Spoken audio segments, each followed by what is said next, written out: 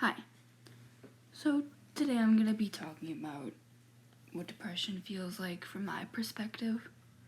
It's just from my perspective, so don't go harassing me in the comments. Also, before we start, sorry if I feel or sound from your end sad, because I just woke up.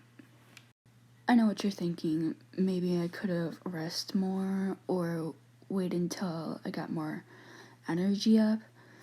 Well, I just want to record this and get it done with. So, yeah, enjoy. What does depression feel like? It feels like every now and then there's something itching for pain for me, and can cause a lot of stress in that moment. Sometimes people making videos about depression, even though they have no intention or thought of doing so, can be frustrating because they're just assuming these things. But it's not always the case. Usually cutting, scratching, biting can numb mental pain, making me feel some type of happiness on the inside, but not on the outside. Cutting, scratching, or biting myself can make me have to consume a lot of pain just for my mental state. Going to therapy and having my parents finding out about my suicidal issues or state brought a lot of stress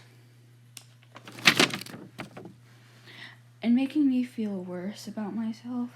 So that's why going to the hospital and having the doctor say I'll have to stay at a mental hospital brought me a bit of relief and happiness to my state. So when I got there, everything was going well. I became more cheerful, more near people. Everything was going great. So I got sent back home thinking I would be so much better than before. Well, I was wrong.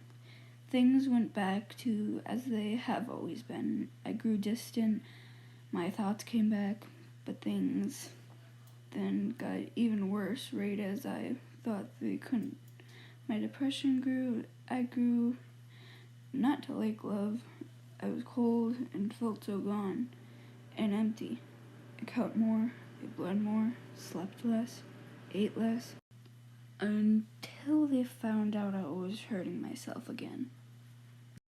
My mom actually was the first to find out. I told her, but she yelled at me.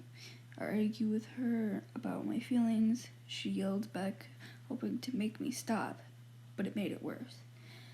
I yelled until I cried, but at some point, out of the blue, I stopped, looked up at my mom, and said, "I'm going for a walk." She then seemed like she started to worry after I stopped crying. I absolutely didn't want to hear what she had to say. I grabbed my coat, took the dog with me, and walked out the door as she was talking. It was dark, quiet, and it was raining. By the time I got back, I felt a bit better, but ignored my feelings. After that, I went to sleep. In the morning, my mom wanted my shard of glass I used to cut. I gave it to her, knowing I could just find some more if it did come to it. Everything else was a blur, so yeah, my life. So this is the end.